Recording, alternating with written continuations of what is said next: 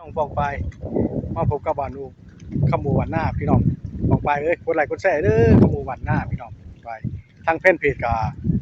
ขมูท่องยินพี่น้องมาเบิ่งกันพาเหือบัดแกงโค่นนี่ก็ตกแรงนะน้ำก็ต้องหน่อยพี่น้องนี่นะคือพาเหือบัดแกงโค่นกระดุมทางเริ่มดีนะทางกันเลยพี่น้องเลย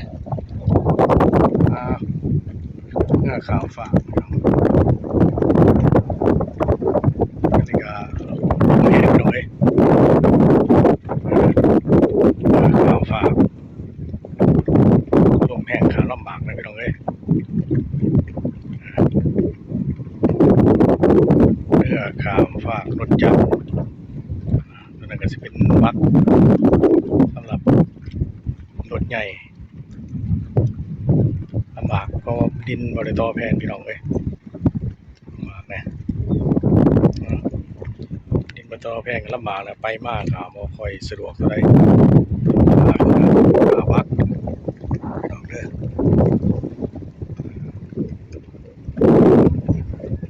เอารถจักรใส่เมื่อ2 ลำมาต่อแล้วครับตอกแป้นใส่พี่น้องเลยเนี่ยลมแห้งกับบังคับยากได้ที่ไหนพี่น้องเลยสถานีตั้งอยู่บ้านแก่งโค่นเมืองคงเสดนแขงสารวัตรนะพี่น้องเลย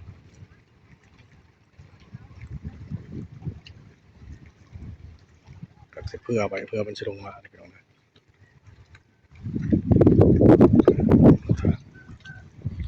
คอยดีพี่น้อง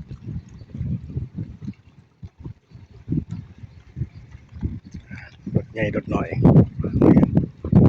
จะได้กดไลค์กดแชร์เด้อขโมยวันหน้าพี่น้องเลย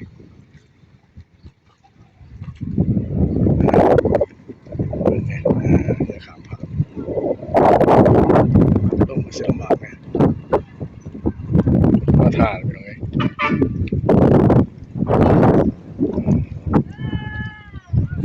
ลมแห้งแน่พี่น้องเลยเป็นลงกับเสียลำบากเลย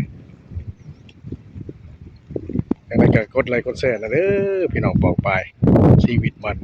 บ้านนอกก็เป็นสินะลงทางค่อยดี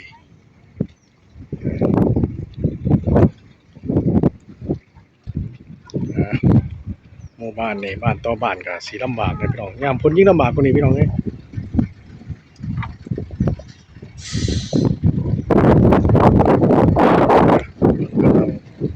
รถจักรขึ้นจากเครื่องพี่น้อง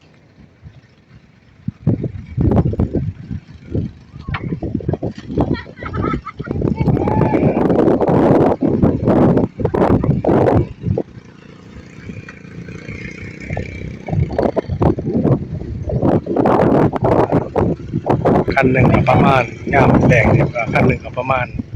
10,000 กีบพี่น้อง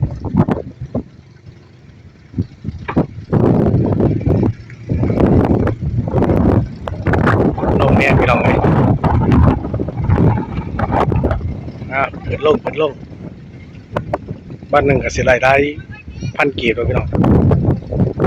ลมแห้งกับอันตรายแรงพี่น้องเลย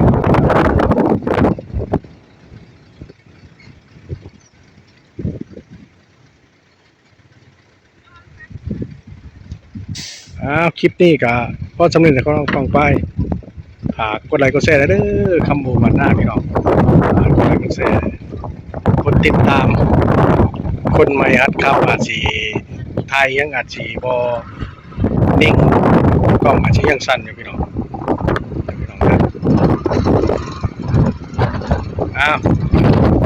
คลิปนี้ตรงนี้นะพี่น้อง